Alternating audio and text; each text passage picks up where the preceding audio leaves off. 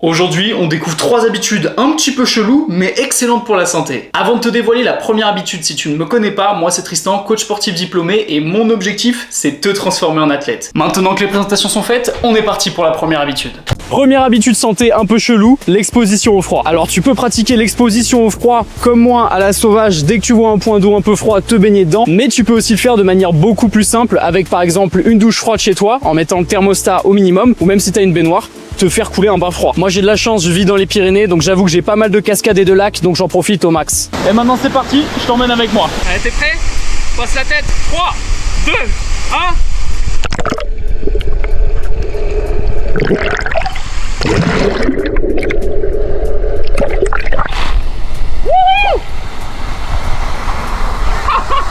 Le froid, ça a énormément de vertus pour le corps et l'esprit. Déjà, on peut parler de la dimension challenge. S'exposer au froid, c'est un petit peu douloureux, t'as pas envie de le faire, mais le fait de le faire quand même, ça va venir renforcer ton muscle de la discipline et te rendre du coup beaucoup plus fort d'un point de vue volonté. Un truc assez fou avec le froid aussi, c'est que c'est un anti-stress naturel que je trouve incroyable. Le principe est simple, au plus tu exposes ton corps au froid, au plus en fait tu l'exposes à une source de stress. Et en devenant de plus en plus endurant au stress, tu deviens plus résilient, plus résistant, et du coup tu stresses beaucoup moins au quotidien. Donc franchement, ça devient un outil incroyable pour diminuer tes niveaux de stress. Autre chose incroyable, c'est que l'exposition au froid, ça t'offre vraiment une petite bulle où tu ne penses à rien parce que tu es focalisé sur ce qui se passe dans ton corps. Et ça te permet vraiment de couper un petit peu le flux de pensée et te sentir beaucoup plus ancré dans l'instant présent. Mais c'est pas tout, le froid, ça te permet d'améliorer ta récupération musculaire, ça a un effet anti-inflammatoire, ça favorise une bonne circulation sanguine et ça booste ton immunité. Je sais pas ce que tu veux de plus. Et pour mettre ça en place dans ton quotidien, tu peux tout simplement commencer par de l'exposition au froid chez toi.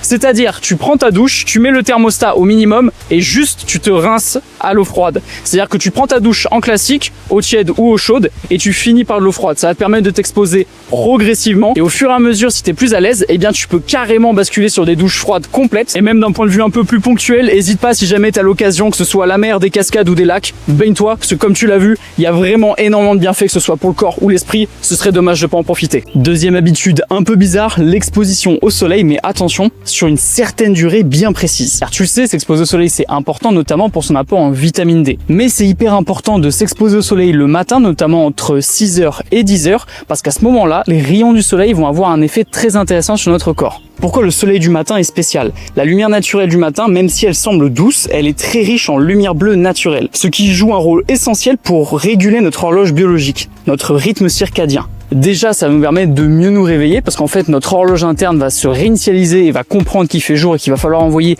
de l'énergie dans tout le corps pour commencer la journée. Mais également, ça va te permettre de mieux dormir par la suite. Pour mettre ça en place dans ton quotidien, tu peux instaurer une petite routine matinale. Dès que tu te lèves, tu sors 5 à 10 minutes de chez toi, alors que ce soit sur ton balcon, dans ton jardin ou même à l'extérieur comme moi je le suis actuellement, et tu t'exposes un petit peu au soleil. Tu peux marcher un peu, ce sera toujours aussi un bon moyen de mettre ton corps en mouvement, ou tout simplement, tu peux profiter d'un café sur ton balcon si jamais t'en as un. Comme je te le disais, 5 à 10 minutes par jour suffisent, sans lunettes de soleil ni vitres entre toi et la lumière. Idéalement, entre 6h et 10h du matin, même avec un ciel nuageux, ça délivre assez de lumière naturelle pour avoir un effet. C'est parti pour la troisième et dernière habitude. Troisième et dernière habitude santé un peu chelou, on est parti. L'idée que je veux t'amener ici, c'est d'aller au-delà de ce que font 90% des gens. En général, la quasi-totalité des gens, en termes de nutrition, si jamais ils y prêtent de l'importance, ils se concentrent uniquement sur les macronutriments, protéines, glucides, lipides, et sur le nombre de calories, point barre. Et ce que tu as sous les yeux, c'est le niveau supérieur de la nutrition, c'est-à-dire prendre en compte la micronutrition, comme l'équilibre oméga 3, oméga 6, les minéraux et les vitamines. Ce que je t'ai disposé sur la table, ce sont les super aliments que je consomme qui me permettent du coup d'aller au-delà juste de la balance macronutriments et calorique. Par exemple, on a les baies de goji, très riches en antioxydants et en vitamines.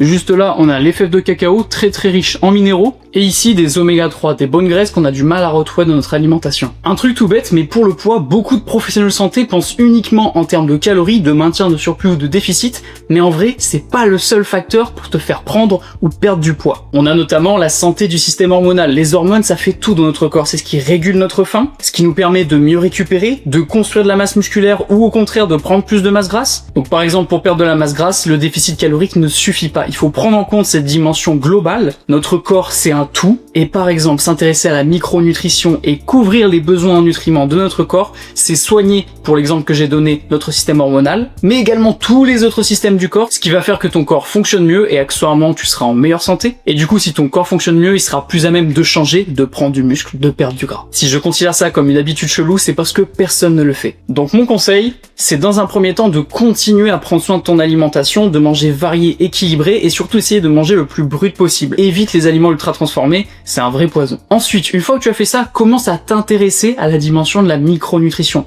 notamment les super aliments, certains compléments alimentaires, et essaye d'inclure ceux qui correspondent pour toi au fur et à mesure dans ta routine. D'ailleurs, petite information, si jamais tu veux que je devienne ton coach, que je me charge de ta partie sportive et nutritionnelle, je te laisse cliquer sur le premier lien en description, tu auras toutes les infos sur mes coachings. En tout cas, je te remercie d'avoir regardé la vidéo jusque là, j'espère qu'elle t'a plu, si c'est le cas, n'hésite pas à lâcher un petit like. Si t'as une question, je te laisse la poser en commentaire, je réponds à tout le monde, surtout mes athlètes, prenez soin de vous, on se retrouve très bientôt, c'était Tristan.